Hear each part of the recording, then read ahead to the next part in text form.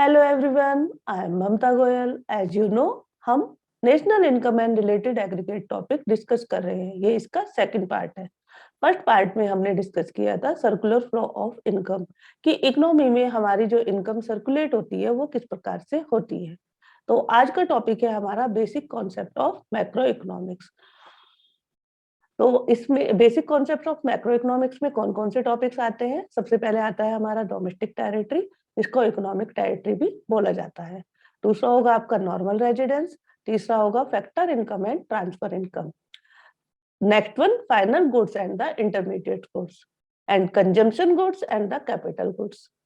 Gross investment, net investment and depreciation. Next one होगा net indirect tax and the net factor income from abroad. तो इसमें से हम इस वीडियो में दो टॉपिक डिस्कस करेंगे। कौन कौन से टॉपिक डिस्कस करेंगे? एक तो ये करेंगे डोमेस्टिक टेरिटरी और एक करेंगे हम नॉर्मल रेजिडेंस। तो अब हम डिस्कस करेंगे कौन सा topic? Domestic territory. Domestic territory होता क्या है? Domestic territory, economic territory. Domestic territory को इकोनॉमिक टेरिटरी भी बोला जाता है और पॉलिटिकल फ्रंटियर भी बोला जाता है।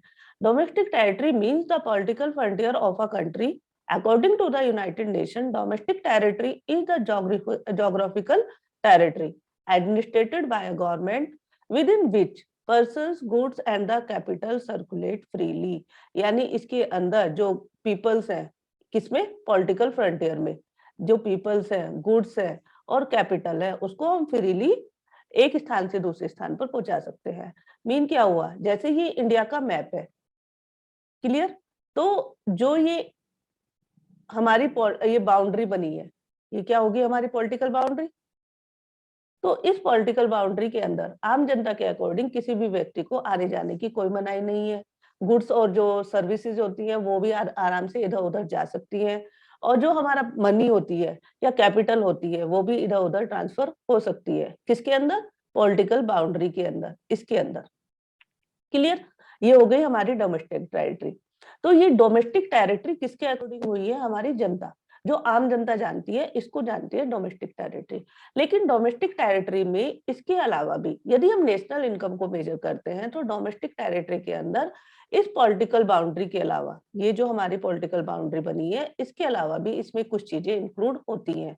वो क्या क्या होती है? समझ में आया आपको डोमेस्टिक टेरिटरी क्या होता है? जो हमारी पॉलिटिकल बाउंड्री के अंदर आता है।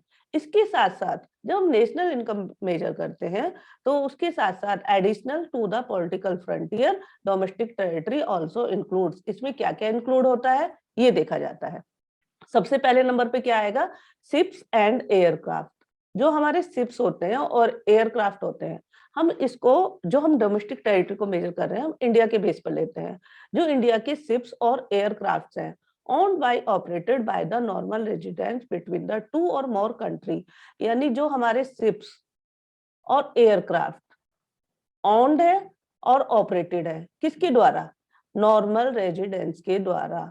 अब ये नॉर्मल रेजिडेंस, देखो जो हमारा डोमेस्टिक टेरिटरी होती है और जो नॉर्मल रेजिडेंस होते हैं वे एक दूसरे से इंटरलिंक होते हैं।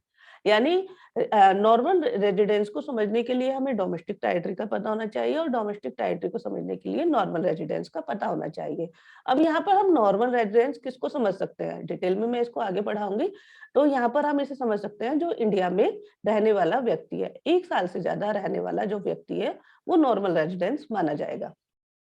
तो जो शिप्स और एयरक्राफ्ट है जो ओन्ड और ऑपरेटेड किए जाते हैं नॉर्मल रेजिडेंट्स के द्वारा, यानी इंडिया में रहने वाले व्यक्ति के द्वारा जो ऑपरेट किए जाते हैं या ओन किए जाते हैं, वो उसका मालिक है। कौन? इंडियन। तो वो क्या होगा? वो जो हमारे शिप्स और एयरक्राफ्ट है वो कहाँ चल रहे हैं? 2 कंट्री के बीच में चल रहे हैं। कहाँ पर? किसी भी 2 कंट्री के बीच में। आप चाइना और जापान के बीच में, यूएसए और चाइना के बीच में, किसी के बीच में हमारे ये 2 शिप्स या एयरक्राफ्ट चल रहे हैं। लेकिन जो उसका ओनर है या उसकी जो ऑपरेट करने वाला व्यक्ति है वो इंडियन है, यानी नॉर्मल रेजिडेंस है। तो जो उसकी जो डोमेस्टिक टेरिटरी होगी वो भी क्या होगी? इंडियन ही होगी। देखो, ships and aircraft owned and operated by the normal residents between 2 or more country। अब इसका एक एग्जांपल ले लेते हैं कि डोमेस्टिक टेरिटरी में क्या आ जाएगा? वो एरिया, कौन सा एरिया? जहां पर हमारे शिप्स और एयरक्राफ्ट चलते हैं। लेकिन एक कंडीशन और है, जो वो शिप और एयरक्राफ्ट है वो हमारे नॉर्मल रेजिडेंस के द्वारा ऑन्ड होने चाहिए, यानी वो उसके मालिक होने चाहिए या उसके द्वारा ऑपरेट होने चाहिए, वो किसी भी कंट्री में चले। जैसे इसमें दिखाया टू मोर कंट्री, टू या मोर कंट्री, दो कंट्री के बीच में चल रहे हैं तो भी वो हमारे नॉर्मल रेजिडेंस में आएंगे। देखिए, planes operated by the Air India, planes किसके द्वारा ऑपरेटेड हो रहे हैं? एयर इंडिया के द्वारा। बिटवीन रशियन एंड जापान, क्या रशियन और जापान हमारा पॉलिटिकल फ्रंटियर है? नहीं है। लेकिन जो हमारा प्लेन चल रहा है, ऑपरेट हो रहा है, किसके द्वारा? इंडियंस के द्वारा। वो किसका पार्ट होगा? हमारा डोमेस्टिक टेरिटरी ऑफ इंडिया। क्यों हुआ डोमेस्टिक टेरिटरी ऑफ इंडिया का पार्ट? क्योंकि जो हमारा प्लेन वहां पर चल रहा है वो किसके द्वारा ऑपरेट है? वो नॉर्मल रेजिडेंस के द्वारा ऑपरेट है। क्लियर है? ऐसे ही दूसरा एग्जांपल ले लेते हैं, planes operated by the Singapore Airways, जो सिंगापुर एयरवेज है उसके द्वारा ऑपरेट है। यहाँ पर जो इंडियन एयर इंडिया था वो किसके द्वारा ऑपरेट था? इंडियन के द्वारा। जो ये सिंगापुर एयरवेज है किसके द्वारा ऑपरेट है? ये सिंगापुर के द्वारा। बिटवीन इंडिया एंड जापान, देखो ये पॉलिटिकल फ्रंटियर कौन सा हुआ? इंडियन और जापान का हुआ। लेकिन are the part of the domestic territory of the Singapore, ये किसका पार्ट हुआ? सिंगापुर का पार्ट हुआ। मीन क्या हुआ? जो हमारे शिप और एयरक्राफ्ट जिसके द्वारा ऑन्ड होते हैं वो उसी की डोमेस्टिक टेरिटरी का पार्ट हो जाते हैं। जैसे शिप्स और एयरक्राफ्ट किसके पार्ट थे? ये नॉर्मल रेजिडेंस। नॉर्मल रेजिडेंस कहाँ का था? ये इंडिया का। तो ये किसी भी कंट्री के बीच में चलेगा तो ये इंडिया का क्या होगा? नॉर्मल रेजिडेंस वो होगा, डोमेस्टिक टेरिटरी होगी। ये देखिए, यदि हमारी एयर इंडिया है वो इंडियंस के द्वारा होगा, क्या इंडियंस के इंडिया के द्वारा, जो इंडियन होगा उसके द्वारा क्या होगा? ऑन्ड और ऑपरेट होगा, यानी वही तो ऑपरेट करेगा, वही उसका ओनर होगा। तो वो किसी भी कंट्री में चलेगा, रशिया में चले, जापान में चले, यूएसए में चले, सिंगापुर में चले, कहीं भी चलेगा, तो ये इंडिया की डोमेस्टिक टेरिटरी का पार्ट होगा। ऐसे ही सिंगापुर एयरवेज है जो आपका, तो ये किसी भी कंट्री में चलेगा आपका, तो ये किसकी डोमेस्टिक टेरिटरी का पार्ट होगा? वो सिंगापुर की डोमेस्टिक टेरिटरी का पार्ट होगा। तो इसमें मेन चीज यही देखना है कि जो शिप्स और एयरक्राफ्ट है उसका जो ओनर होगा, जो नॉर्मल रेजिडेंस उसको ऑन्ड करेगा, दिखाया ना ये नॉर्मल रेजिडेंस, जो ऑन करेगा वही वो उसी की डोमेस्टिक टेरिटरी का पार्ट बन जाएगा। नेक्स्ट वन, दूसरा क्या हुआ इसमें? सबसे पहली कंडीशन हमने क्या दी है? शिप्स एंड एयरक्राफ्ट जिसके द्वारा ऑन्ड होते हैं, जिस नॉर्मल रेजिडेंस के द्वारा, वो उसी की कंट्री का क्या बनता है? डोमेस्टिक टेरिटरी का पार्ट बन जाता है। अब दूसरा बताया फिशिंग वेसल्स, जो हमारे फिशिंग वेसल्स होते हैं मछली पकड़ने वाले, oil and natural gas rigs, rigs को आप एक कंटेनर मान सकते हैं, यानी फिशिंग वेसल्स होते हैं जो हमारे फिशिंग वेसल्स होते हैं, oil and natural gas rigs होते हैं, एंड फ्लोटिंग प्लेटफॉर्म होते हैं, operating by the residence of the country. ये भी वही आ गया जो नॉर्मल रेजिडेंस जिसको ऑपरेट करता है, यानी यदि इंडियंस इसको ऑपरेट कर रहे हैं तो मतलब उस कंट्री का व्यक्ति यदि इसको ऑपरेट कर रहा है तो वो उसी कंट्री का क्या बनेगा? क्या बनेगा? डोमेस्टिक टेरिटरी बनेगा। मीन क्या हुआ? ये इंडिया मैंने आपको बताया था अभी, जैसे ये इंडिया है, और जो ये आपके फिशिंग वेसल्स हो गए, ऑयल नेचुरल गैसेस रिग्स हो गए, यहाँ पर फ्लोट कर रहे हैं। ये हो गया आपका इंटरनेशनल वाटर, इंटरनेशनल वाटर हो गया। और यहाँ पर इंडिया के क्या आए हैं? क्या है? फिशिंग वेसल्स हैं, नेचुरल गैस है और ऑयल्स के जो कंटेनर है वो यहाँ पर फ्लोट कर रहे हैं। तो ये सब जो भी हमारे क्या होंगे? फिशिंग वेसल्स होंगे, नेचुरल गैस रिग्स होंगी, ये सब हमारे क्या होंगे? डोमेस्टिक टेरिटरी का पार्ट होंगी, इंडिया की डोमेस्टिक टेरिटरी का पार्ट होंगी। ये नहीं कि इंटरनेशनल में जहां भी ये फ्लोट कर रहे हैं उनका पार्ट नहीं होंगी, जो इसके ओनर होंगे। मीन यदि फिशिंग वेसल का ओनर इंडियन है, यानी यहाँ पे क्या दिया गया है? मेन चीज क्या दिया है? रेजिडेंस ऑफ द कंट्री, जो रेजिडेंट्स होगा उस कंट्री का, यानी जिस कंट्री के वो होंगे, जो उसका ओनर होगा उसी के वो क्या होंगे? डोमेस्टिक टेरिटरी के पार्ट होंगे। क्लियर हुआ? मीन क्या हुआ? इंडियंस के क्या हुआ? फिशिंग वेसल्स हैं, फिशिंग वेसल्स के पास यहाँ क्या हुआ? इंटरनेशनल फ्लोटिंग है, ये यहाँ पर पानी, ये क्या है? इंडियन ओशियन है, इंटरनेशनल वाटर। तो यहाँ पर जो ये डोमेस्टिक टेरिटरी का पार्ट, जितने भी फिशिंग वेसल्स होंगे जो इंडियंस के द्वारा क्या होगा, रेजिडेंट्स ऑफ कंट्री के द्वारा ओन्ड होंगे, तो वो किसके पार्ट होंगे, किसकी डोमेस्टिक टेरिटरी के पार्ट होंगे, वे इंडिया की ही डोमेस्टिक टेरिटरी के पार्ट होंगे।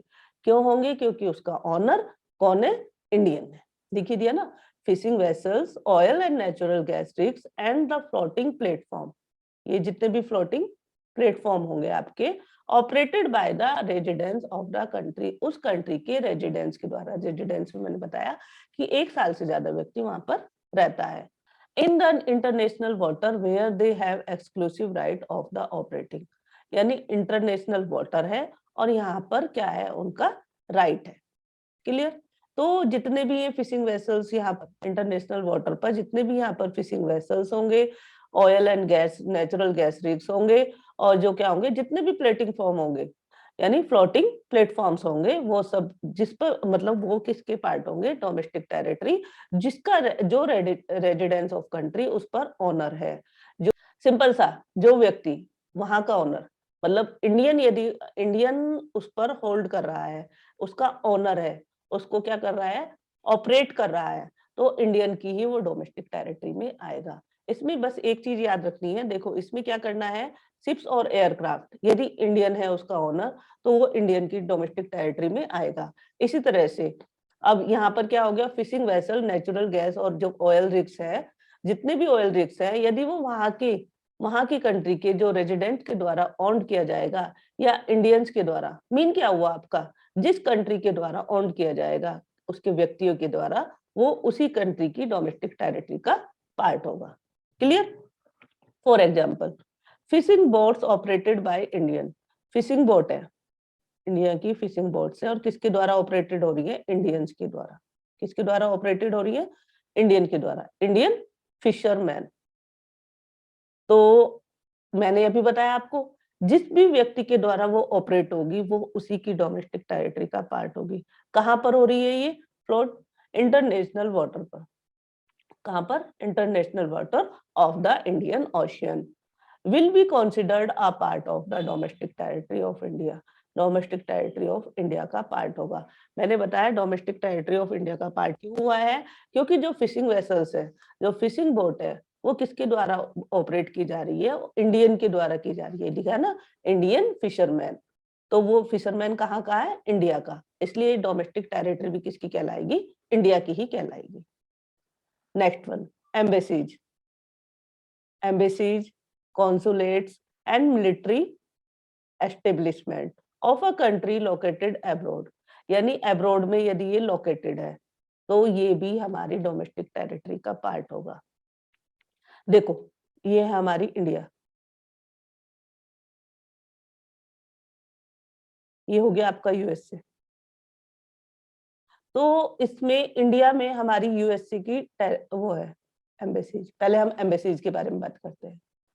एम्बेसीज क्या होती है, एक ऑफिस होता है, जैसे कि यहाँ पर हमने बताया कि इंडिया में यूएसए का की एम्बेसीज है। तो यहाँ पर क्या होता है, यदि यूएसए वाला व्यक्ति यहाँ पर आता है, उसको कोई प्रॉब्लम होती है वीजा से संबंधित या अदर कोई भी प्रॉब्लम होती है, तो वो अपनी एम्बेसी में जाकर उस प्रॉब्लम को सॉल्व कर लेता है। तो जो इंडिया के अंदर जो यूएसए की एम्बेसी है, तो ये किसका पार्ट होगा, किसकी डोमेस्टिक टेरिटरी का पार्ट होगा, यूएसए की। तो इंडिया में जो ये एम्बेसी है, किसकी, यूएसए की एम्बेसी है, ये यूएसए की एम्बेसी का, उसका डोमेस्टिक टेरिटरी का पार्ट होगा।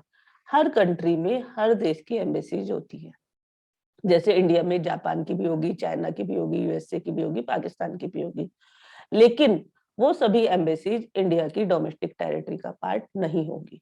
जैसे यूएसए में ये एम्बेसी है, किसकी है, इंडिया की एम्बेसी है, तो ये इंडिया की डोमेस्टिक टेरिटरी का पार्ट होगी। यानी जिस देश की एम्बेसी होगी उसी देश की डोमेस्टिक टेरिटरी का पार्ट होगी। एक मूवी भी आई थी जिसमें कि सलमान खान एक बच्ची को उसके देश पाकिस्तान वापस करके आता है, किसके थ्रू, क्योंकि वो इंडिया में जो पाकिस्तान की एम्बेसी थी वहां पर वो उसकी इंफॉर्मेशन लेता है और उसको उसके देश लौटा आता है।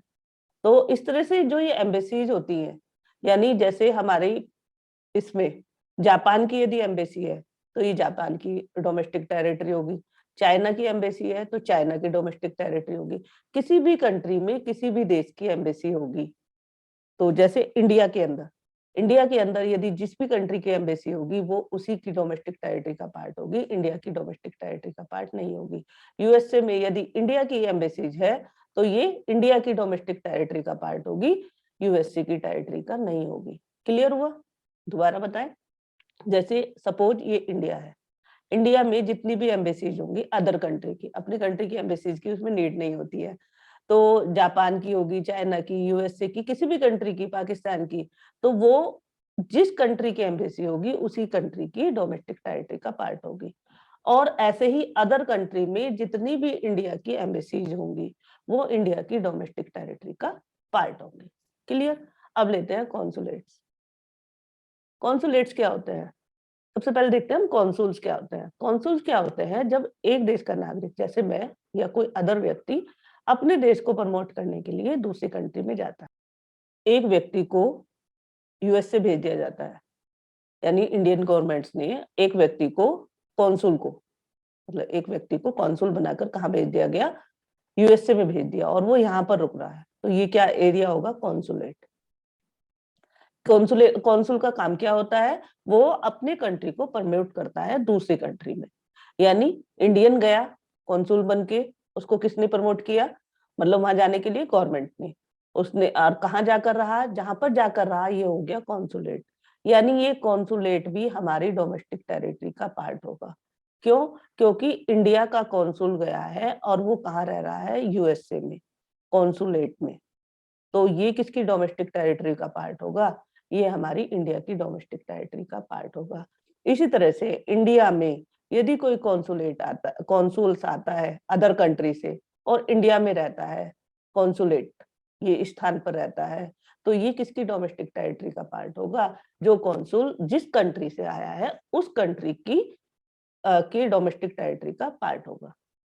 एम्बेसीज क्या हुआ? जिस कंट्री की एम्बेसी होगी उसी कंट्री की वो डोमेस्टिक पार्ट होगा। ऐसे ही कॉन्सुलेट, जिस कंट्री का वो कॉन्सुलेट होगा या जिस कंट्री का कॉन्सुल्स वहां आकर रहेगा वो ही उसी की डोमेस्टिक टेरिटरी का पार्ट होगा। एंड मिलिट्री एस्टेब्लिशमेंट, ऐसे ही मिलिट्री क्या होती है? अपने वो टेंट वगैरह लगाती है, तंबू लगाती है, तो वो उसकी डोमेस्टिक टेरिटरी का पार्ट होगा जिस देश की वो मिलिट्री होगी। Of a country located abroad, abroad में रुक जाती है, तो वो भी क्या होगी? हमारी डोमेस्टिक टेरिटरी का पार्ट होगा। जो भी एम्बेसीज हमारी दूसरी कंट्री में होगी, जो कॉन्सुलेट्स होंगे हमारे अदर कंट्री में, जो मिलिट्री एस्टेब्लिशमेंट होगा हमारा अदर कंट्री में, वो हमारी डोमेस्टिक टेरिटरी का पार्ट होगा। For example, Indian embassies in the Russia is the part of the domestic territory of India. यानी यदि इंडियन एम्बेसीज है हमारी, ये है हमारी रशिया, रशिया में यदि इंडियन एम्बेसीज है तो ये हमारी डोमेस्टिक टेरिटरी का पार्ट होगा। किसकी डोमेस्टिक टेरिटरी का पार्ट होगा? वो इंडिया की डोमेस्टिक टेरिटरी का पार्ट होगा। क्लियर? इसमें एक चीज और दिया गया नोट, इसको भी पढ़ लेते हैं क्या है। कॉन्सुलेट इज एन ऑफिस और द बिल्डिंग, मैंने अभी बताया कॉन्सुलेट क्या होता है, एक बिल्डिंग या ऑफिस होता है, यूज बाय द कॉन्सुल, किसके द्वारा यूज किया जाता है? कॉन्सुल के द्वारा। कॉन्सुल किसे बताया मैंने?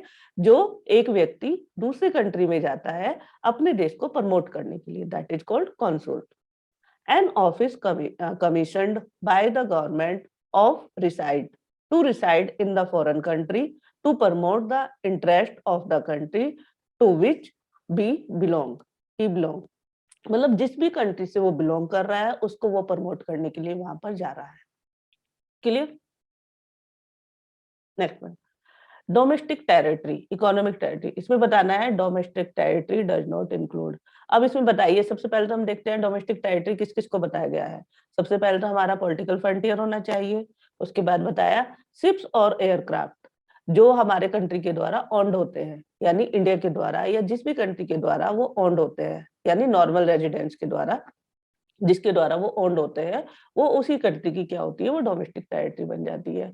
नेक्स्ट वन मैंने बताया आपको, जो फिशिंग वेसल्स होते हैं, ऑयल रिग्स होते हैं, नेचुरल गैस रिग्स होते हैं, और उसमें बताया था फ्लोटिंग प्लेटफॉर्म, जितना भी ये एरिया वो चीजें होती हैं जो ये जहां पर ये फ्लोट करती हैं, या इंटरनेशनल वाटर पे करे या कहीं भी करे, वो भी हमारा डोमेस्टिक टेरिटरी का पार्ट होगा।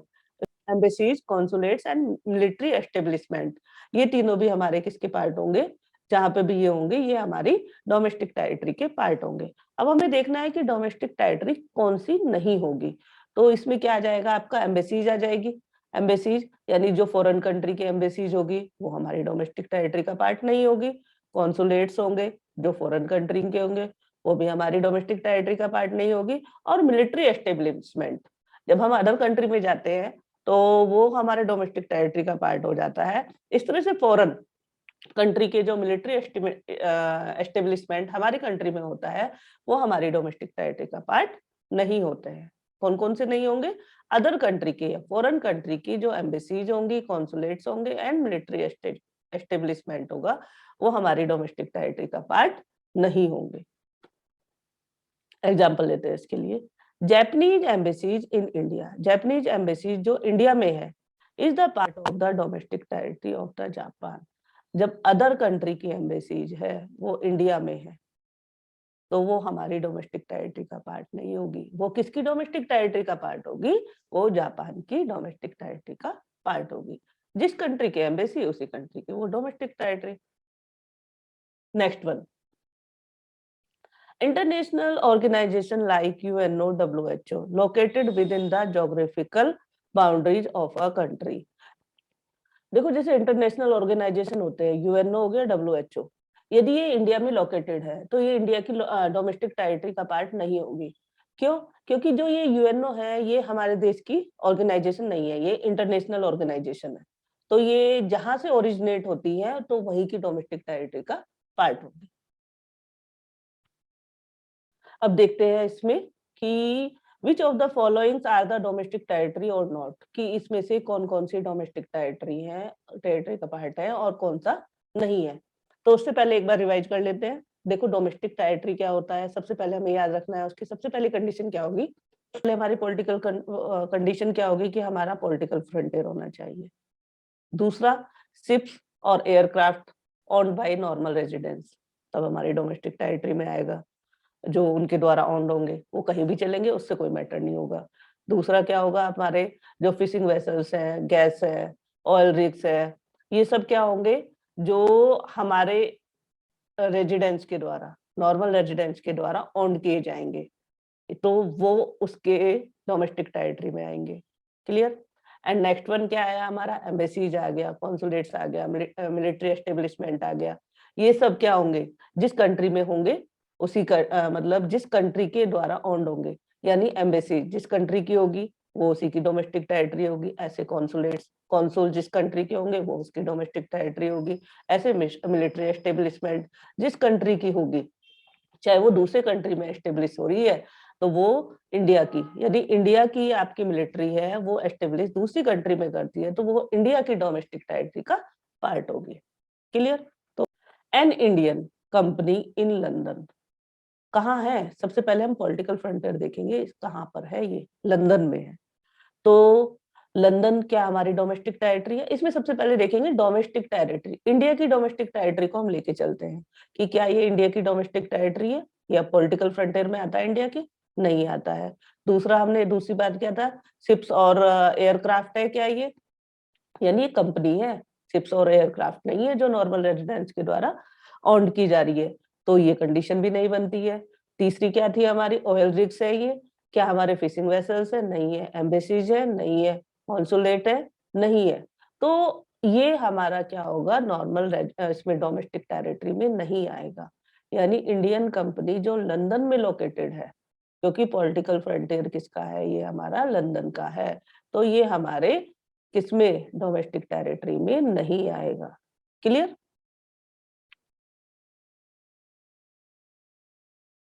ये हमारी डोमेस्टिक टेरिटरी में नहीं आएगा। Microsoft office in India, India में है ये, कौन सी पॉलिटिकल फ्रंटियर है, इंडिया में, तो वो सब कंडीशन भी यहाँ पर लगाने की आवश्यकता नहीं पड़ेगी ना। तो ये क्या है, फिशिंग वेसल्स भी नहीं है ये हमारा, एयरक्राफ्ट भी नहीं है, और क्या नहीं है, शिप्स भी नहीं है, एम्बेसीज भी नहीं है। तो ये हमारा यस में आ जाएगा, क्योंकि यहाँ की जो पॉलिटिकल फ्रंटियर है हमारा किसका है, इंडिया का है। तो ये क्वेश्चन क्या होगा हमारा, सही होगा। यानी ये हमारी डोमेस्टिक टेरिटरी में आएगा, इंडिया की डोमेस्टिक टेरिटरी में आएगा।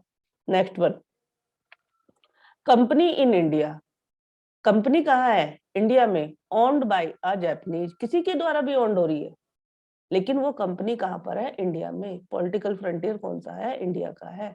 यानी किसी भी कंपनी को यदि हमने दिया है, कंपनी का जो भी देखा जाएगा, वो देखा जाएगा कि पॉलिटिकल फ्रंटियर कौन सा है, क्योंकि कंपनी हमारी उन कंडीशंस में नहीं आ रही है, जो नेशनल इनकम मेजर करने के लिए हमें नीड होती है। तो company in India owned by a Japanese, Japanese के द्वारा ओन्ड हो रही है, किसी के द्वारा भी ओन्ड हो रही है तो वो कहाँ? इंडिया में। तो ये हमारी क्या होगी? पॉलिटिकल फ्रंटियर में आएगी, यानी डोमेस्टिक टेरिटरी में इसको रखा जाएगा। यहाँ तक क्लियर है आपको कि यहाँ पर क्या हुआ? कंपनी लंदन में है तो ये हमारी डोमेस्टिक टेरिटरी में नहीं आया। माइक्रोसॉफ्ट ऑफिस इंडिया में है, इंडिया की पॉलिटिकल फ्रंटियर में है, तो क्या हुआ? ये हमारी डोमेस्टिक टेरिटरी में आया। Company in India owned by a Japanese, company कहाँ है? इंडिया में। पॉलिटिकल फ्रंटियर किसका है? इंडिया का है। तो जो ये हमारी पॉलिटिकल जो ये हमारा डोमेस्टिक टेरिटरी में ही आएगा। तो इसका आंसर क्या होगा? यस होगा। Next one, office of Reliance industry in New York, कहाँ पर है ये? न्यूयॉर्क में है। तो ये पॉलिटिकल बाउंड्री, उसमें से बस आप एक पॉलिटिकल बाउंड्री के अलावा आपको यही चीजें देखनी होगी।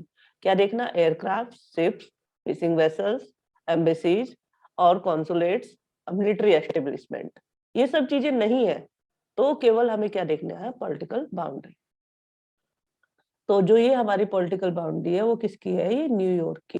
तो जो ये हमारी डोमेस्टिक टेरिटरी में नहीं आएगा। Clear? Branches of the foreign bank in India, कहाँ पर है फॉरेन बैंक की ब्रांचेज? इंडिया में। कहाँ पर है? इंडिया में। तो ये हमारी डोमेस्टिक टेरिटरी में आएगा। Clear? Indian embassies in Japan, ये आ गई एम्बेसी, इंडिया की एम्बेसी है, कहीं भी हो, जापान में हो, यूएसए में हो, लंदन में हो, न्यूयॉर्क में हो, एम्बेसी तो इंडिया की है, तो ये हमारी डोमेस्टिक टेरिटरी में आएगा। यस, क्लियर है? केवल पॉलिटिकल फ्रंटियर के अलावा आपको 4-5 ऑप्शन वो देखने हैं। यदि वो ऑप्शन नहीं है और पॉलिटिकल फ्रंटियर भी नहीं है, तो वो हमारी डोमेस्टिक टेरिटरी में नहीं आएगा। यदि पॉलिटिकल फ्रंटियर हमारा है और अदर ऑप्शन भी नहीं है, तो भी वो क्या होगा? हमारी एम्बेसीज में आएगा। देखो, इंडियन एम्बेसीज हमारी पॉलिटिकल फ्रंटियर में नहीं भी होते हुए भी वो हमारी डोमेस्टिक टेरिटरी का पार्ट होगा। Branches of state bank of India, जो स्टेट बैंक ऑफ इंडिया की जो ब्रांचेज है वो कहाँ है? चाइना में। जो पॉलिटिकल फ्रंटियर है वो किसका है? चाइना का है। तो ये हमारी डोमेस्टिक टेरिटरी में नहीं आएगा। रशियन एम्बेसीज इन इंडिया, ये देखिए एम्बेसी, एम्बेसी कहाँ की है? वो रशियन की। तो ये रशिया की एम्बेसी, रशियन एम्बेसी होने के कारण ये रशिया की पॉलिटिकल फ्रंटियर में आएगा, इंडिया की में नहीं आएगा। No. Tata renting its building, Tata ने रेंट की अपनी बिल्डिंग को टू गूगल इन अमेरिका, तो कहां पर हुई? अमेरिका में। तो ये कहा कि पॉलिटिकल फ्रंटियर होगा वो अमेरिका का होगा, हमारा नहीं होगा। क्लियर? क्यों? क्योंकि हमने तो बिल्डिंग रेंट की है गूगल को, लेकिन ये बिल्डिंग है कहाँ? अमेरिका में। तो पॉलिटिकल फ्रंटियर भी किसका होगा? अमेरिका का होगा। क्लियर? आई होप आपको ये सब क्लियर हो गया होगा। अब आते हैं हम नॉर्मल रेजिडेंस में। नॉर्मल रेजिडेंस क्या होता है? अभी तक हमने पढ़ा था ना कि जो हमारा जो डोमेस्टिक टेरिटरी होती है उसका पार्ट पता करने के लिए हमें ये पता होना चाहिए जो हमारे शिप्स और वेसल थे वो नॉर्मल रेजिडेंस के द्वारा ओन होने चाहिए। अब ये नॉर्मल रेजिडेंस कौन है? तो हु इज नॉर्मल रेजिडेंस? जो नॉर्मल रेजिडेंस होते हैं और डोमेस्टिक टेरिटरी होती है, दो एक दूसरे से इंटरलिंक होती है।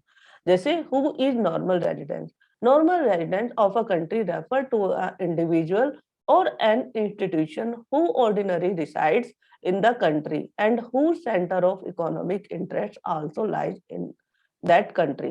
सबसे पहली कंडीशन क्या हुई इसमें कि normal resident of a country refer to an individual of an institution who ordinary reside in a country, जो नॉर्मली उस कंट्री में रहता है। इसमें एक चीज और ऐड करनी है, मोर देन, क्या होगा? मोर देन 1 ईयर, 1 साल से ज्यादा वो उस कंट्री में रहता है और whose centre of economic interest, उसका इकोनॉमिक इंटरेस्ट भी उसी कंट्री में है।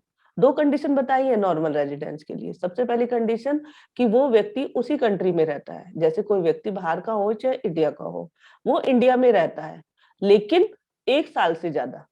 दूसरी कंडीशन क्या बताई, उसका जो इकोनॉमिक इंटरेस्ट है, जो इकोनॉमिक इंटरेस्ट है वो उसी कंट्री में होना चाहिए जिस कंट्री में वो 1 साल से ज्यादा रह रहा है। इकोनॉमिक इंटरेस्ट से मतलब क्या हुआ यहाँ पे, वो वहीं पर अर्न करता है, वहीं पर खर्च करता है, वहीं पर सेविंग करता है।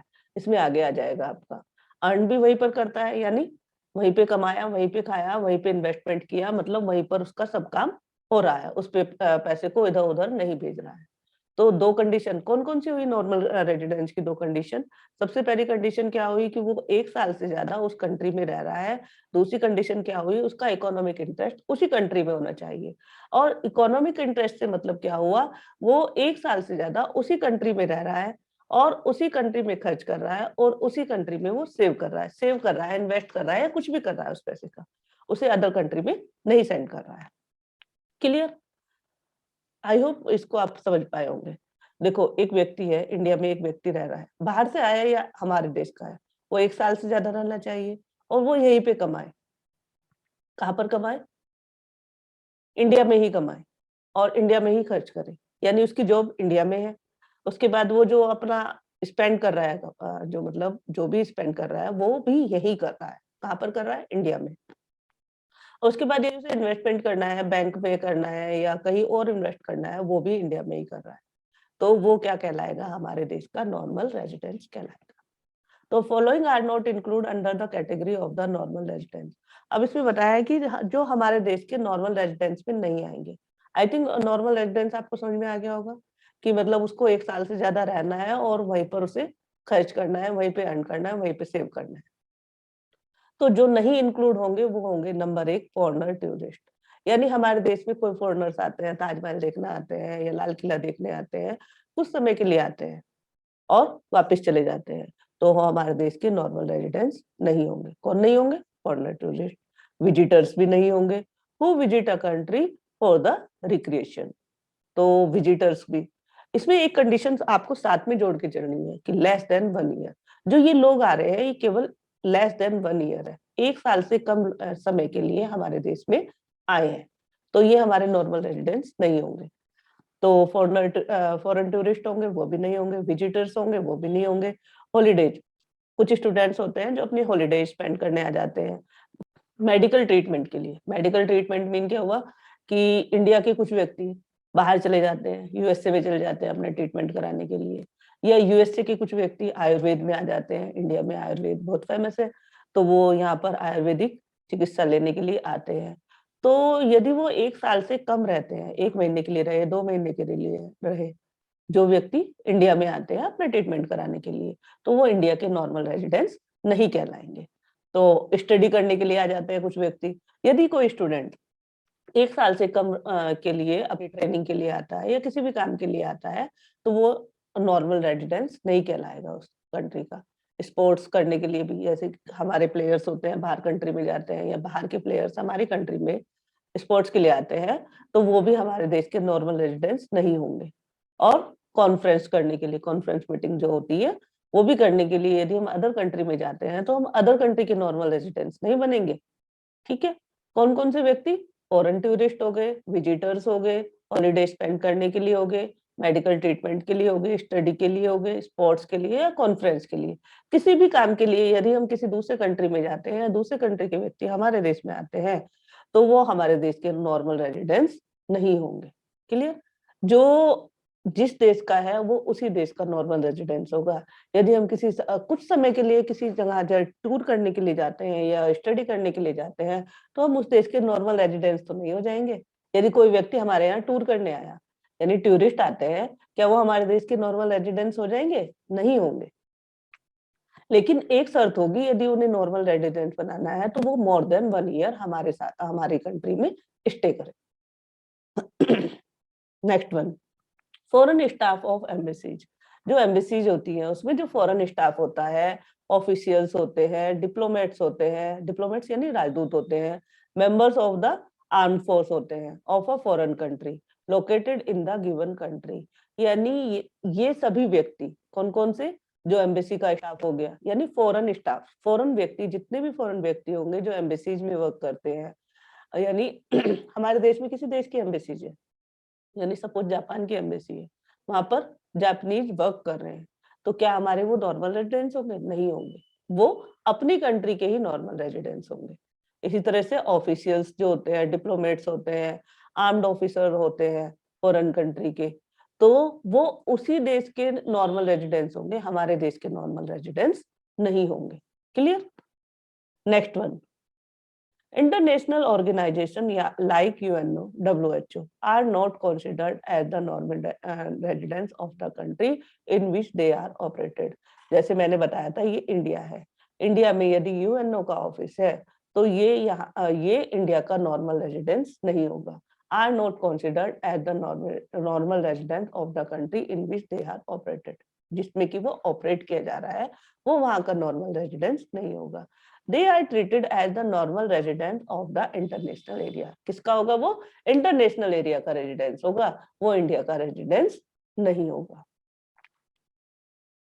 Next one, employees of the international organisation are considered as the residents of the country. जो एम्प्लॉइज होते हैं इंटरनेशनल ऑर्गेनाइजेशन, जितने भी इंटरनेशनल ऑर्गेनाइजेशन होते हैं, जैसे आपके यूएनओ हो गया, डब्ल्यूएचओ हो गया, ये सब क्या कहलाएंगे? Residents of the country to which they belong are not to the international area. यानी उसमें ऑर्गेनाइजेशन में, यानी जैसे यूएनओ या डब्ल्यूएचओ में जो वर्क कर रहा है, जो भी व्यक्ति वर्क कर रहा है, वो जिस कंट्री का होगा, जिस कंट्री का होगा वो वही का नॉर्मल रेजिडेंस होगा। क्लियर? यानी डब्ल्यूएचओ या यूएनओ, कितना कोई भी नेशनल ऑर्गेनाइजेशन होगा, उसके अंदर जो व्यक्ति काम कर रहा है वो जिस कंट्री का होगा, वो उसी कंट्री का नॉर्मल रेजिडेंस कहलाएगा। For example, an American working in UNO, एक अमेरिकन है जो यूएनओ ऑफिस में वर्क कर रहा है।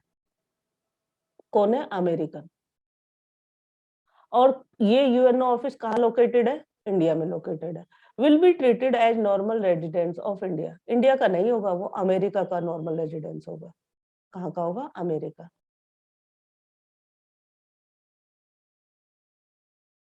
ठीक है? एन अमेरिकन यानी जो वर्क कर रहा है, जो व्यक्ति जिस कंट्री का व्यक्ति वर्क कर रहा है, उसी कंट्री का वो नॉर्मल रेजिडेंस होगा। यानी अमेरिकन वर्क कर रहा है तो वो अमेरिका का नॉर्मल रेजिडेंस होगा। क्लियर? और यदि वो इंडियन वर्क करता तो इंडिया का नॉर्मल रेजिडेंस होता, जापानीज वर्क करता तो जापान का नॉर्मल रेजिडेंस होता। तो यहाँ पर क्या कर रहा है? An American working in UNO, तो एक अमेरिकन वर्क कर रहा है कहाँ पर? यूएनओ में। ऑफिस कहाँ लोकेटेड है? इंडिया में लोकेटेड है। Will be treated as the normal residence of America. कहाँ का नॉर्मल रेजिडेंस होगा? वो अमेरिका का होगा, इंडिया का नहीं होगा।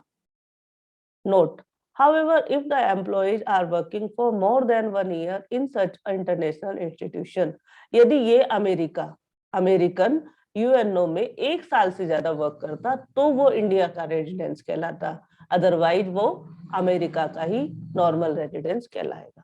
However, if the employee are working for more than 1 year in such international institution, then they become the normal residents a country in which such institution are located. जिस ये institution, कौन सा institution? UNO का। UNO का institution जहां located है, यदि वहां पर करने वाला व्यक्ति 1 साल से ज्यादा काम कर रहा है, तो जहां पर यूएनओ का ऑफिस होगा वहीं का वो रेजिडेंस बन जाएगा वो व्यक्ति। और यदि वो 1 साल से कम वर्क कर रहा है यूएनओ के ऑफिस में, तो वो व्यक्ति जहां का रहने वाला होगा, नॉर्मल रेजिडेंस भी वहीं का होगा। एग्जाम्पल देख लेते हैं इसका एक। If the American is working in UNO office in India for more than 1 year, यदि वो अमेरिका का व्यक्ति इंडिया के यूएनओ ऑफिस में 1 साल से ज्यादा वर्क करता है, then he will be treated as the normal residence of India. तब वो नॉर्मल रेजिडेंस इंडिया का होता, अमेरिका का नहीं होता। अमेरिका का कब होगा? जब वो 1 साल से कम वर्क करेगा। अब next one, crew member of the foreign vessels, ये भी क्या होते हैं? नॉर्मल रेजिडेंस में नहीं आते हैं। Commercial travel and the seasonal worker provided their stay in less than 1 year, यदि वो दूसरे कंट्री में 1 साल से कम रहते हैं। Crew member of the fossil vessel, जैसे हमारे फॉरेन वेसल्स होते हैं, जैसे विदेशी जहाज होते हैं, उसके जो मेंबर्स होते हैं, कमर्शियल ट्रैवल्स होते हैं, सीजनल वर्कर होते हैं, यानी कुछ समय के लिए आए 2-4 महीने वर्क किया और अपनी कंट्री में चले गए। वो भी क्या होंगे, मतलब 1 साल से कम रहे ना, तो वो भी हमारे देश के या उस कंट्री के नॉर्मल रेजिडेंट्स नहीं होंगे। क्योंकि वो तो कुछ समय के लिए आए, 1 साल से कम के लिए आए, कोई भी आए, crew member of the foreign vessels भी आए हैं, कमर्शियल ट्रैवल भी हुए हैं और सीज़नल वर्कर्स हुए हैं, ये सब हमारे नॉर्मल रेजिडेंट्स नहीं होंगे। क्यों नहीं होंगे? क्योंकि वो 1 साल से कम में वर्क करके अपनी कंट्री चले गए हैं। ऐसे ही हो गया बॉर्डर वर्कर। जैसे नेपाल का बॉर्डर होता है, इंडिया और नेपाल की यदि बॉर्डर में से नेपाल का कोई व्यक्ति इंडिया में आता है बॉर्डर क्रॉस करके वर्क करने, लेकिन सेम डे पर वापस चला जाता है या 1 साल से कम में वर्क करके वापस अपनी कंट्री चले जाता है, तो वो वहाँ का कहाँ का नॉर्मल रेजिडेंस होगा? वो नेपाल का ही होगा, इंडिया का नॉर्मल रेजिडेंस नहीं होगा। क्यों? क्योंकि वो क्या करता है कि अर्न अपनी कंट्री में करता है और क्या करता है, खर्च भी अपनी कंट्री में करता है। उसका कोई मतलब इकोनॉमिक इंटरेस्ट नहीं है हमारी कंट्री में। वो केवल अर्न किया, चला गया। खर्च अपनी कंट्री में कर रहा है। तो ये सभी कंडीशन ट्रू होनी चाहिए। सबसे पहले हमारे नॉर्मल रेजिडेंस के लिए बताया था, 1 साल से ज़्यादा वो उस कंट्री में रुके। दूसरा बताया था इसका इकोनॉमिक इंटरेस्ट। तो जो बॉर्डर वर्कर होते हैं, उनका इकोनॉमिक इंटरेस्ट हमारी कंट्री में ना होने के कारण, वो अपनी कंट्री के ही क्या कहलाएँगे, नॉर्मल रेजिडेंट। हमारी कंट्री के नॉर्मल रेजिडेंट्स नहीं होंगे। तो border workers who live near the national border and cross the border on a regular basis, यानी रेगुलर आते हैं और चले जाते हैं, रोज आए रोज चले गए, to work in the other country, दूसरी कंट्री में वर्क करने के लिए, they are treated as the normal residents of the country where they live. कहाँ के होंगे? जहाँ पर वो रहते हैं।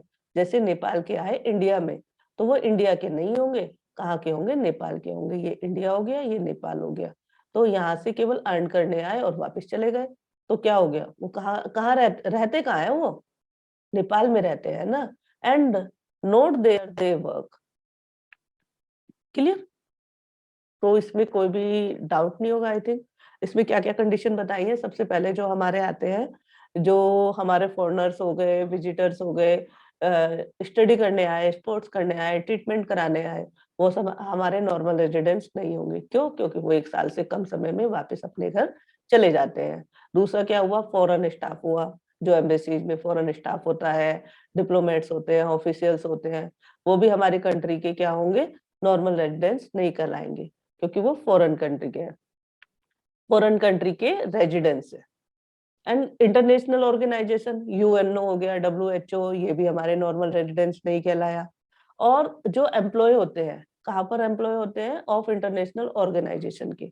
जिस कंट्री के वो एम्प्लॉय होते हैं, यानी यदि अमेरिका से, अमेरिका ये बताया था ना एग्जांपल, अमेरिकन है, वो यूएनओ के ऑफिस में वर्क कर रहा है और 1 साल से कम कर रहा है, तो वो भी हमारी कंट्री का नॉर्मल रेजिडेंस नहीं होगा। कब बनेगा? यदि वो 1 साल से ज़्यादा स्टे करेगा हमारी कंट्री में, यूएनओ के ऑफिस में वर्क करेगा, तो वो इंडिया का नॉर्मल रेजिडेंस होगा। अदरवाइज़ वो नॉर्मल रेजिडेंस कहाँ का होगा? अमेरिका का ही होगा। इसमें आ गया crew member of the foreign vessels, commercial traveller और सीजनल वर्कर। इसके साथ भी यही हुआ, क्योंकि ये मोर देन 1 ईयर नहीं रही है, लेस देन 1 ईयर रहे हैं, तो ये भी हमारे नॉर्मल रेजिडेंट्स नहीं होंगे। इस तरह से बॉर्डर वर्कर, जो बॉर्डर क्रॉस करके सेम डे पर चले जाते हैं या कुछ समय रहकर वापस अपनी कंट्री चले जाते हैं, तो वो भी हमारे देश के नॉर्मल रेजिडेंट्स नहीं होंगे। अब identify the following as normal residents of the India और नॉट। सबसे पहला क्वेश्चन क्या है? Indian officials working in the Indian embassies in USA. देखो, इंडियन एम्बेसी है, इंडियन एम्बेसी में इंडियन ऑफिसर वर्क कर रहे हैं, तो ये तो हमारे नॉर्मल रेजिडेंट्स होंगे। यस, होंगे कि नहीं होंगे नॉर्मल रेजिडेंट्स? क्यों? क्योंकि इंडियन एम्बेसीज है, इंडियन एम्बेसी में वर्क करने वाला कौन होगा? हमारा नॉर्मल रेजिडेंट्स ही तो होगा। दूसरा क्या हुआ? A Japanese tourist who stay in India. एक जापान का टूरिस्ट है, stay in India for 2 month, केवल 2 मंथ के लिए रहा है। यदि वो 1 ईयर के लिए रहता, तो वो हमारे देश का नॉर्मल रेजिडेंस होगा। जापानीज आया, टूरिस्ट आए, हमारे देश में आए, घूमे और चले गए। कितने समय के लिए? 2 मंथ के लिए। तो वो हमारा देश का नॉर्मल रेजिडेंस नहीं होगा। क्लियर? नेक्स्ट वन क्या हुआ आपका? Indians going to Pakistan. Indians Pakistan गए for watching the cricket match, cricket match देखने। तो क्या वो पाकिस्तान के नॉर्मल रेजिडेंट्स होंगे? नहीं। इंडिया के होंगे? यस। तो ये इंडिया के नॉर्मल रेजिडेंस में आएँगे। उनकी रेजिडेंटशिप थोड़ी ना हट जाएगी कि वो तो पाकिस्तान मैच देखने गए तो वो वहाँ के रेजिडेंट्स बन जाएँगे। मैच देखेंगे, वापस आ जाएँगे। तो नॉर्मल रेजिडेंट्स कहाँ के होंगे वो? इंडिया के होंगे। Next one, Indians working in the UNO office. Indian कहाँ वर्क कर रहे हैं? यूएनओ के ऑफिस में। Located in America. कहाँ लोकेटेड है? अमेरिका में। For less than 1 year. Less than 1 year. सबसे पहले तो वर्क कौन कर रहा है? यूएनओ के ऑफिस में इंडियंस कर रहे हैं। मैंने बताया था यूएनओ, ये डब्ल्यूएचओ, ये जितने भी इंटरनेशनल ऑर्गेनाइजेशन है, जो व्यक्ति जिस कंट्री के वर्क करते हैं वो उसी के नॉर्मल रेजिडेंट्स होते हैं। तो वो लोकेटेड कहाँ है? अमेरिका में। इसका कोई इफेक्ट नहीं होगा। लेस देन 1 ईयर, तो लेस देन 1 ईयर के कारण वो नॉर्मल रेजिडेंस इंडिया के ही होंगे, इंडियन के वर्कर। यदि मोर देन 1 ईयर होता सपोज यहाँ पर, तो वो इंडियन के वर्कर अमेरिका के नॉर्मल रेजिडेंस बन सकते थे। लेकिन अब वो नहीं बनेंगे क्योंकि लेस देन 1 ईयर। ऑफिस कहाँ है? यूएनओ का। वर्क कौन कर रहा? Indian workers. तो जो वर्कर जहाँ के हैं वो नॉर्मल रेजिडेंट्स भी वही के होंगे। क्यों? क्योंकि लेस देन 1 ईयर उन्होंने वहां पर वर्क किया है। Next one, Indian employees working in WHO. Indian employees हैं जो वर्क कर रहे हैं डब्ल्यूएचओ में। कहाँ पर वर्क कर रहे हैं? डब्ल्यूएचओ में। Located in India. तो एम्प्लॉइज भी इंडिया के हैं, लोकेटेड भी इंडिया में है। तो इसमें तो कुछ है ही नहीं, ये तो हमारा नॉर्मल रेजिडेंस किस में आएगा? आएगा इंडिया के नॉर्मल रेजिडेंस में। Foreign tourist visited India for a month to see the Taj Mahal. तो ये हमारे नॉर्मल रेजिडेंस नहीं होंगे। क्या हम उनको नॉर्मल रेजिडेंस बना देंगे? बना देंगे फॉरेन टूरिस्ट को? नहीं बनाएंगे ना। वो कुछ समय के लिए आए, घूमे, चले गए। Indian Muslim going for the हज पिलग्रिमेज। तो इंडियंस गए हैं, हज पर गए हैं, वापस आएंगे, तो ये हमारे नॉर्मल रेजिडेंस रहेंगे। तो इसमें तो कोई डाउट है ही नहीं, क्योंकि वो क्या करने जा रहे हैं? हज करने जा रहे हैं। तो वापस लौट के तो वो इंडिया ही आएंगे, वहीं थोड़ी ना रहेंगे। और रहेंगे भी तो 1 साल से पहले वो आ जाएंगे। यदि 1 साल से ज्यादा जाते हैं तो वहां की रेजिडेंटशिप मिलेगी उन्हें। अदरवाइज वो वापस इंडिया के ही नॉर्मल रेजिडेंट्स होंगे। इसमें भी ऐसा रहेगा, Indian working in the UN office. अब आते हैं हम सिटीजनशिप और रेजिडेंशिप की, मतलब जो व्यक्ति रेजिडेंशिप है क्या वो सिटीजन है, और सिटीजन और रेजिडेंशिप में क्या अंतर है? तो सिटीजन क्या होता है? सिटीजनशिप एंड रेजिडेंशिप, अब ये दोनों क्या लगते हैं? इंटरलिंक लगते हैं। ऐसा लगता है कि दोनों सेम है, लेकिन इनमें डिफरेंस होता है। देखो, सिटीजनशिप क्या होता है? हमारा लीगल कॉन्सेप्ट होता है। रेजिडेंस क्या होता है? इकोनॉमिक कॉन्सेप्ट होता है। इकोनॉमिक कॉन्सेप्ट में मैंने बताया था, अभी रेजिडेंटशिप अभी तो पढ़ाया मैंने, कि वहां पर जो व्यक्ति है वो 1 साल से ज्यादा रहता हो, और दूसरी कंडीशन क्या है? उसका इकोनॉमिक इंटरेस्ट वही हो। और सिटीजनशिप में क्या होगा कि वो व्यक्ति वहीं पर बोर्न हुआ हो, और जैसे इंडिया में कोई व्यक्ति बोर्न हुआ तो वो वहां का नागरिक बन जाएगा, सिटीजन बन जाएगा। और दूसरी कंडीशन क्या है? यदि वो वहां पर बोर्न नहीं हुआ है तो वहां पर वो अप्लाई करके वहां की सिटीजनशिप, इंडिया की सिटीजनशिप प्राप्त कर सकता है। A legal concept based on the place of the birth of a person, या तो उसको birth, place of the birth हो, यानी इंडिया में वो पैदा हुआ, और some legal provisions allowing a person to become a citizen, यानी कुछ लीगल प्रोविजन है जो उसको अलाउ करते हैं कि वो वहां का सिटीजन होगा। Indian citizenship can arise in two ways. Indian citizenship किसके दो कंडीशंस पे प्राप्त हो सकती है। सबसे पहली कंडीशन क्या है? When a person is born in India. सबसे पहले कंडीशन क्या बताई? कि वो इंडिया में बोर्न हुआ है। यदि वो इंडिया में बोर्न हुआ है तो उसे इंडिया की सिटीजनशिप प्राप्त हो जाएगी। And he acquire automatic citizenship of India, यानी इंडिया में बोर्न होने पर उसे इंडिया की सिटीजनशिप ऑटोमेटिकली प्राप्त हो जाएगी। A person born outside India, एक पर्सन है जो इंडिया से बाहर क्या कर रहा है? बोर्न हुआ है। India apply outside of India, a person born outside of India, यानी हमारे देश जैसे हम है, कोई कपल है, वो क्या होता है? इंडिया का नागरिक है दोनों ही, और वो इंडिया के बाहर जाते हैं, यानी यूएस से जाते हैं, और वहां पर उनको बेबी बोर्न होता है। तो वो क्या करेंगे? यदि वो इंडिया में अप्लाई करेंगे उस बच्चे की सिटीजनशिप के लिए, and Indian law allow him to become Indian citizen, तो इंडियन लॉ क्या करेगा? उनको अलाउ कर देगा इंडियन सिटीजनशिप देने के लिए। सबसे पहली कंडीशन वो इंडिया में बोर्न हुआ हो, और यदि वो अदर कंट्री में बोर्न होता है, आउटसाइड ऑफ इंडिया बोर्न होता है, तो उसको क्या करना पड़ेगा, उसे क्या करना पड़ेगा, अप्लाई करना पड़ेगा, किसका के लिए, सिटीजनशिप के लिए। और इंडियन लोग क्या करेंगे, उसको अलाउ कर देंगे कि वो इंडिया का नागरिक है, इंडिया का सिटीजन है। अब क्या आता है, रेजिडेंस। क्लियर हो गया ये कि सबसे पहले वो उस कंट्री में बोर्न हुआ हो, यदि वो मतलब इंडिया में बोर्न हुआ हो तो उसको ऑटोमेटिकली सिटीजनशिप मिल जाएगी।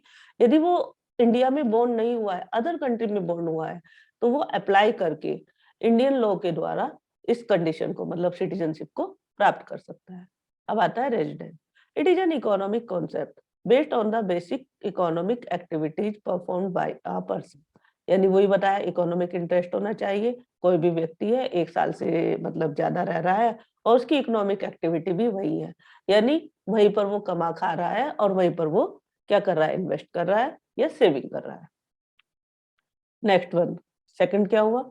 N individual is a normal resident of a country if the ordinary resides in the country for a period more than 1 year, more than 1 year.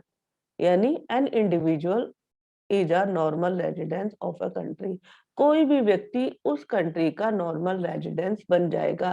किस कंडीशन पर? यदि वो 1 साल से ज्यादा उस कंट्री में रह रहा है।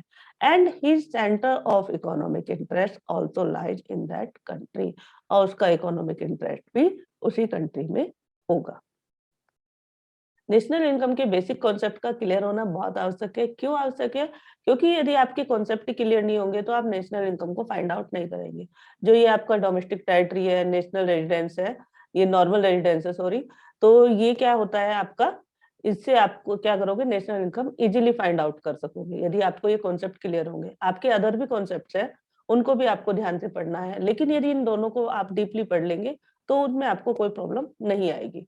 I hope you understood everything. If you have any doubt, you can ask me in the comment section. And if anybody want video on any topic, please let me know in the comment section. And I will try to make video on the topic as soon as possible. Thank you for watching. Happy learning.